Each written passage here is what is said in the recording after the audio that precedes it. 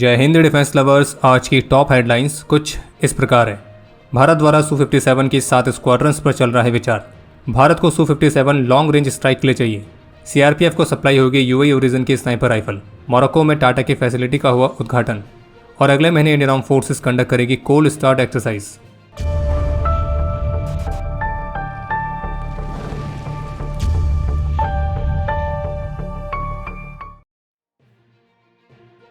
तो जैसे कि आप सभी जानते होंगे कि ऐसी कई सारी रिपोर्ट्स ऑलरेडी पहले आ चुकी हैं, जिनके मुताबिक 114 रफाल फाइटर्स वाले प्रपोजल के अलावा जो भारत है वो रशिया के 5th जनरेशन Su-57 को एक्वायर करने की संभावनाओं को भी एक्सप्लोर कर रहा है।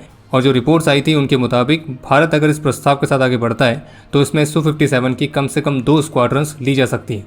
लेकिन अब इससे ही संबंधित एक रिपोर्ट द प्रिंट की तरफ से जारी की गई है, जिसके मुताबिक अगर Su-57 को मेक इन इंडिया रूट के माध्यम से लिया जाता है तो फिर ऐसे में 2 स्क्वाड्रंस फ्लाई अवे कंडीशन के तहत और कम से कम 3 से 5 स्क्वाड्रंस भारत में AHL की नासिक फैसिलिटी में मैन्युफैक्चर हो सकती है।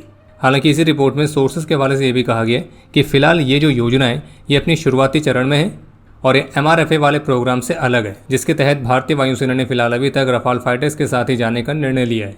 बाकी द प्रिंट की इस रिपोर्ट में एक इंटरेस्टिंग चीज़ ये देखने को मिली, जिसमें कहा गया है कि जो Su-57 है तो वो क्लासिकली 5th जनरेशन एयरक्राफ्ट नहीं है, लेकिन ये भारत के ऑपरेशनल रिक्वायरमेंट्स को पूरा कर सकता है।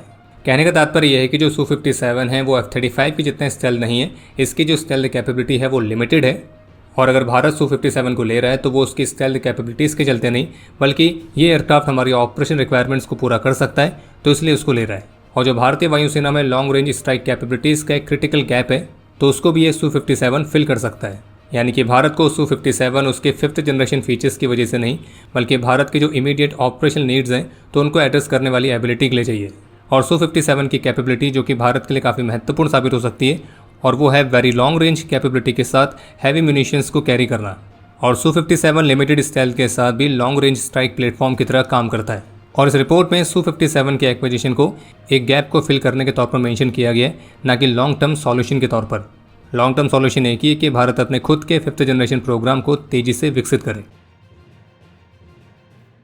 अगले महीने यानी कि अक्टूबर के पहले सप्ताह में इंटीग्रेटेड डिफेंस स्टाफ हेडक्वार्टर्स एक खास तरह की मिलिट्री एक्सरसाइज को आयोजित करेंगे, जिसमें इंडियन आर्म फोर्सेस की ड्रोन्स और काउंटर ड्रोन सिस्टम्स जैसी कैपेबिलिटीज़ को टेस्ट किया जाएगा। और ये जो ड्रिल है 6 से 10 अक्टूबर तक मध्य प्रदेश में आयोजित की जाएगी। और इस एक्सरसाइज का नाम होगा कोल्ड स्टार्ट, जिसमें इंडियन आर्म फोर्सेस अपने कुछ खास तरह के ड्रोन्स और काउंटर ड्रोन सिस्टम्स को टेस्ट करेंगे। और वो भी इस उद्देश्य के साथ कि भारत के जो एयर डिफेंस सिस्टम्स हैं, जो काउंटर अनमैन्ड एरियल सिस्टम्स हैं, तो उनको और भी मजबूत किया जा सके।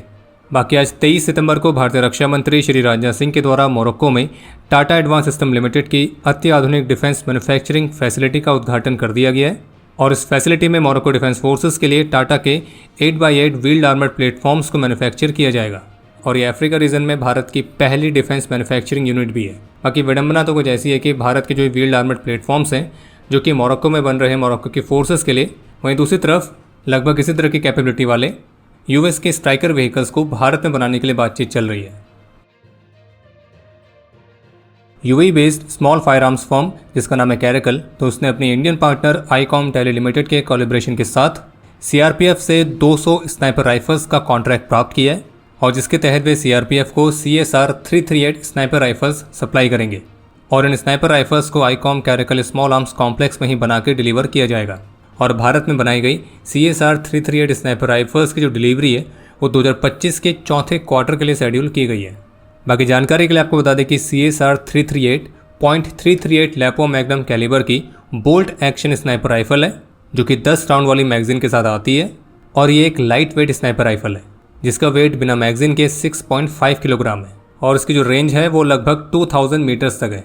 और बाकी अगर आप यहाँ तक वीडियो देख चुके हैं तो कृपया करके लाइक करना ना भूलें, और squadron.in पे जाके नए डिज़ाइंस को भी चेकआउट जरूर करें। बाकी स्पेशल डिस्काउंट के लिए स्पेशल कूपन कोड है PKMKB।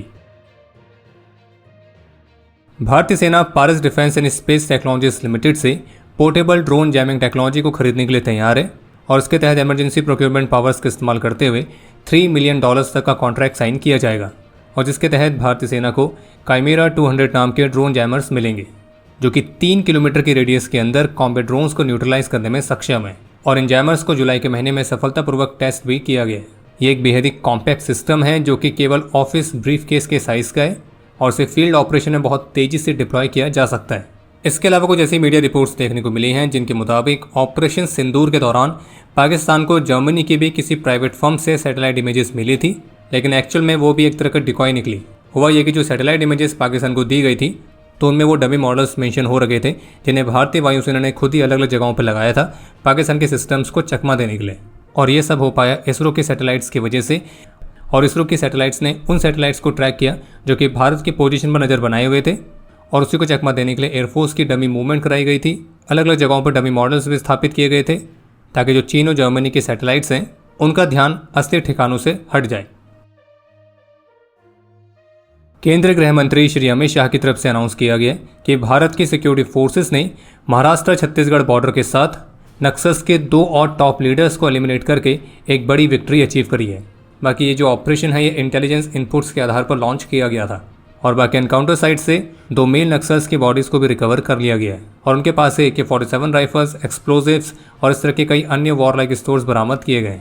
और इस लेटेस्ट एक्शन को मिलाकर इस वर्ष छत्तीसगढ़ में अभी तक अलग अलग एनकाउंटर्स में टोटल 249 नक्सल्स को एलिमिनेट किया जा चुका है। बाकी अब समय है आज के इतिहास का। आज के दिन 1987 में सियाचिन ग्लेशियर में देश के प्रति अपना कर्तव्य निभाते हुए लांस हवलदार नर बहादुर आले और नायक प्रेम बहादुर गुरुंग ने अपना सर्वोच्च बलिदान दिया था और हमारे इन दोनों वीरों को मरणोपरांत महावीर चक्र से सम्मानित किया गया। आज के दिन 1973 में अपने अदम्य साहस और वीरता का परिचय देते हुए नायब सूबेदार गुरनाम सिंह वीर गति को प्राप्त हुए थे और इन्हें मरणोपरांत अशोक चक्र से सम्मानित किया गया। आज के दिन 1965 के भारत पाकिस्तान युद्ध में सीज फायर अनाउंस होने से 30 मिनट पहले ही अपने अदम्य साहस और वीरता का परिचय देते हुए मेजर MS बल वीर गति को प्राप्त हुए थे। और आपके लिए आज का प्रश्न है कि आज 1965 भारत पाकिस्तान युद्ध की कौन सी एनिवर्सरी है। और अब समय है आज के टॉप 3 कमेंट्स का जो ये रहे आपकी स्क्रीन पर।